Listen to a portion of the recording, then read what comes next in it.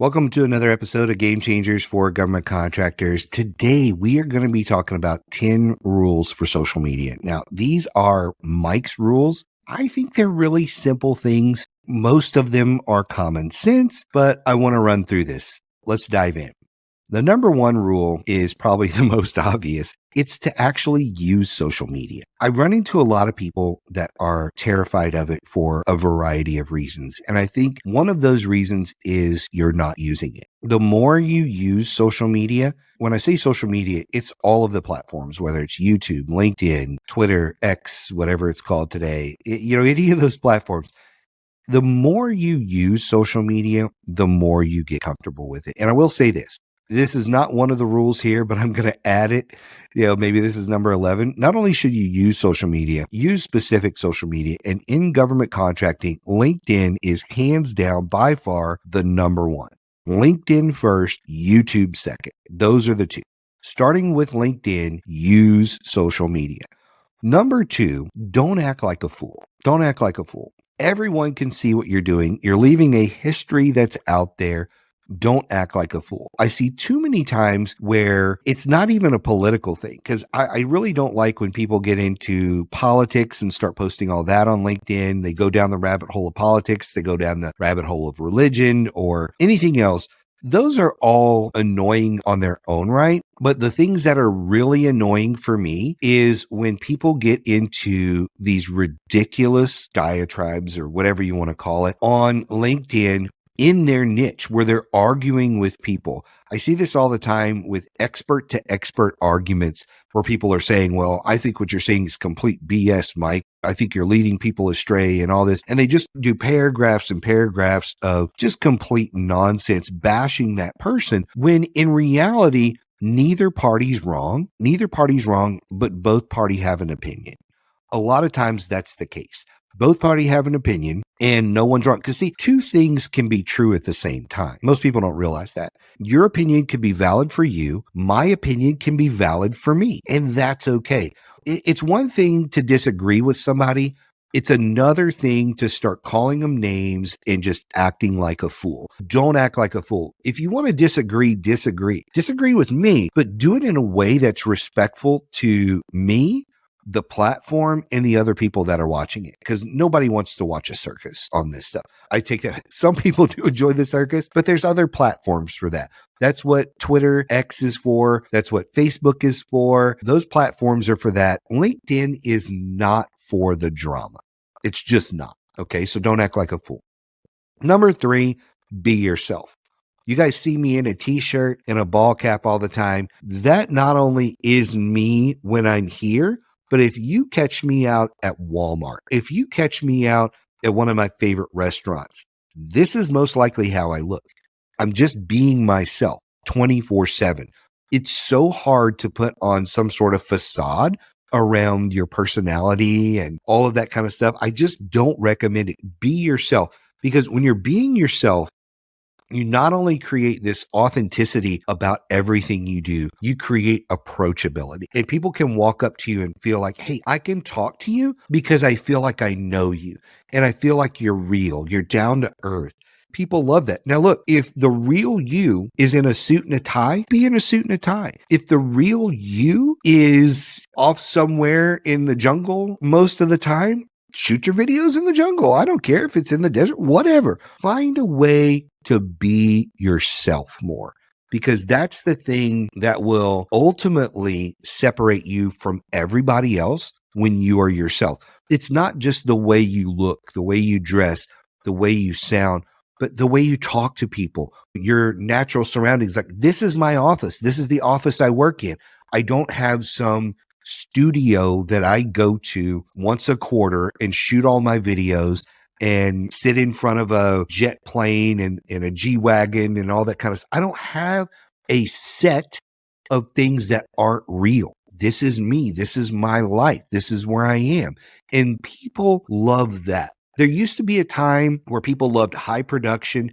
They loved, oh man, he's standing in front of this $14 million jet. He's getting in this Bentley. And there was a time where people liked that. That's not where we are today. We may get back there, but that's not where we are today. So be yourself, that authentic you, and that will come across better in everything you do in social media. Did you know we have our own government contracting community? It's called Federal Access. And inside Federal Access, you have all the tools, tips, strategies, documents, templates, everything you're ever going to need to be a government contractor. But you also get brought into our ecosystem. You get into our private LinkedIn group, and you get into our live events and all that kind of thing when you become a member of Federal Access. To learn more, go to federal-access.com/game changers. Now let's get back into this episode. Here's one that, again, seems really obvious, but isn't. And I know it isn't because a lot of people don't do this. Log in regularly, daily if possible. That should be enough said there. But what I found is a lot of people will go weeks or months sometimes without logging into their social media. You just can't do that. Even if you're not producing videos and a lot of other content, simply logging in to look at what other people are saying and post something, look at your messages, all that kind of stuff. It should be a daily activity, even if it's 10 minutes. Just to log in, make sure you don't have any message, nothing you need to respond to. I probably have anywhere from 15 to 30 messages any given day. I'm tagged in 15 to 30 posts every single day. I don't necessarily respond to every one, but I usually like or love or whatever the comment, and I will respond to every single message. Now, I don't always do it on the weekend, so that's the only exception, but I log in on a regular basis, Monday through Friday, and a lot of times on the weekend, just to check, see if there's any messages that I need to respond to. The next one here, number 5, is provide value.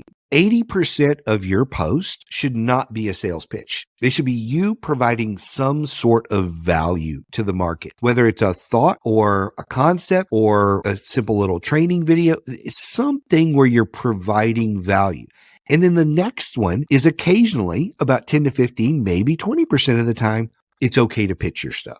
And in fact, you should pitch your stuff. You're providing value 80% of the time, and 20% of the time, you're actually pitching your stuff. You can do less than that if you want. You can make it 90-10, whatever it is you want, but it shouldn't be the other way around. It shouldn't be 80 to 90% a pitch fest and 10% value. You need to actually be providing value the majority of the time, and you can actually do both. As you communicate value, that is actually a soft pitch for who you are and what you do. So think of it like that, but provide value first, pitch second. Number 7, quality and quantity are both important. See, most people think it's all about quality. So I'm going to do one post a week and it's going to be really good. And that's your masterpiece. In that scenario, you're doing 50 posts a year, maybe. So maybe you're taking off for Thanksgiving and Christmas. So you're doing roughly 50 posts a year. I'll do 50 posts a week across the platforms. When you put that in perspective, you're like, man, why would you do that many? And it's like, I'm trying to do quality. So the best that I can do, this is my bar, and I'll get better at quality. I'm always trying to improve quality. I've improved my mics. I started on a $10 mic. Today we have a $120 mic. Plus I also have some other lapel mics that are good for when I'm away from here and on the whiteboard. You're going to see a lot more of those videos in the near future. So there's a little plug for that. We have that. We started on a little bitty webcam that was actually free. The first webcam that I got, a friend of mine said, why don't you have a webcam? And she said, give me your address. I'm sending you one of mine. And she sent me a webcam. We started on a free webcam. I moved to $100 and something webcam. Today I have a $2,000 camera that's sitting behind me that I do a lot of different stuff with. So I started one way and I kept improving the quality as I went. And I started improving the quantity. Because here's the thing about quantity. Alex Hormozy taught me this about quantity. Quantity eliminates the need for luck. Think about that. Quantity eliminates the need for luck because the more you're putting out there, the more people are consuming because now the algorithms are friendly to you. Because the only thing that social media cares about is time on the platform. That is the number one metric that every social media platform cares about. And the more you personally contribute to people's time on the platform consuming content, the more the algorithm favors you. And that will be the same through the end of time. That metric will never change. So the more you can keep people on the platform, the more the platform loves you.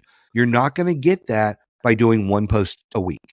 You're not going to get it. You're going to need a lot of posts every single week in order for the platform to say, hey, I love this guy and gal, whoever, and I want to continue to push their stuff out. The more you push out, the more it continues to feed you to other people. So quality and quantity are important. The next one is to have a focus on engagement. So don't just put stuff out there and leave it there. When people are responding to you, you need to engage them. Thank you. Appreciate that. Hey, Bob, been a long time since we caught up. Hey, Susan, you should be on the podcast next month. That sort of stuff. Create engagement through there. Create engagement with your post where you put a post out there and say, tell me your thoughts in the description below or in the comments below. Tell me your thoughts. You have that opportunity to think about and encourage engagement. So focus on engagement, not just blasting stuff out there. Give people an opportunity to comment and go back and forth with you. So engagement's big. Number 9 is have a plan. It doesn't have to be a 10-page social media plan. It could literally be a 4-step plan. Hey, every day I'm going to post one of my thoughts on social media, and I'm going to do that for the next 90 days. After 90 days, I'm going to evaluate what's working, what's not, make some adjustments, and then I'm going to look at the next 90 days. That's just a 2 or 3-step plan, but have a plan for how you're going to use social media. And part of the plan to me is always a review. Let's review what we're doing.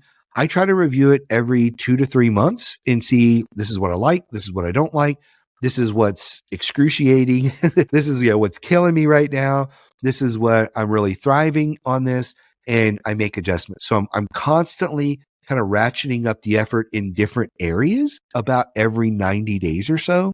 The last part of my plan is I always work in breaks. So I always have set times where, hey, we're just going to unplug. And I leave flexibility as well, where let's say we're kind of going through things. I'm doing this right now. As I'm recording this, I'm on a social media break. I was ready to record a couple of weeks ago, and I sat down and I looked at what I was about to record, and I was like, I'm not feeling this. I'm just not feeling. And so I started looking through, and I was like, yep, I don't want to do that. Don't want to do that. Don't want to do this. Yep, don't like this topic. I just sent my wife a note and said, hey, we're on pause till January. Can I come back before then? Maybe. But I was like, my brain needs a break. I'm just at a point where I'm a little burnt out. I've been kind of going hard. I've got a lot of irons in the fire, been traveling, and my brain just needs a rest. Usually after about 2 or 3 weeks of rest, my brain will just all of a sudden start saying, hey, let's shoot this video. Hey, let's shoot that video. And I'll do some impromptu things that are not on my schedule, but that'll get me back in the groove, and then I'll just get back in the groove. But I take breaks. I build them in, and then I notice when I'm getting burnt out, and I'll take a break as well. Have breaks built in. And then the last thing is a really simple one, but it's probably the hardest one. And that is to keep going because it takes time to build momentum. You're going to go through multiple tipping points in your social media journey. Some people, for whatever reason, will come out of the gate and say something. It'll get picked up. And all of a sudden, they're building tens of thousands of followers very, very quickly. That's rare. It's really, really rare. Most people will go through months, if not years, of hardly anyone spending or paying any attention to them. It happens all the time. Take a look at Mr. Beast, like the wildest guy on YouTube ever, right? He has the biggest following ever on that stuff. And he did videos for probably 5-6 years before anybody ever paid any attention to him. Probably 5-6 years of doing this all the time. It doesn't mean that's the same way with you, because if you follow a good set of rules, you have a plan, the odds are you're going to start picking up followers and connections and things like that really, really fast. But initially, it could be 1 or 2 a week, 2 or 3 a month. I remember years ago when I started on YouTube, we'd get 1 or 2 subscribers a month, 1 or 2 a month.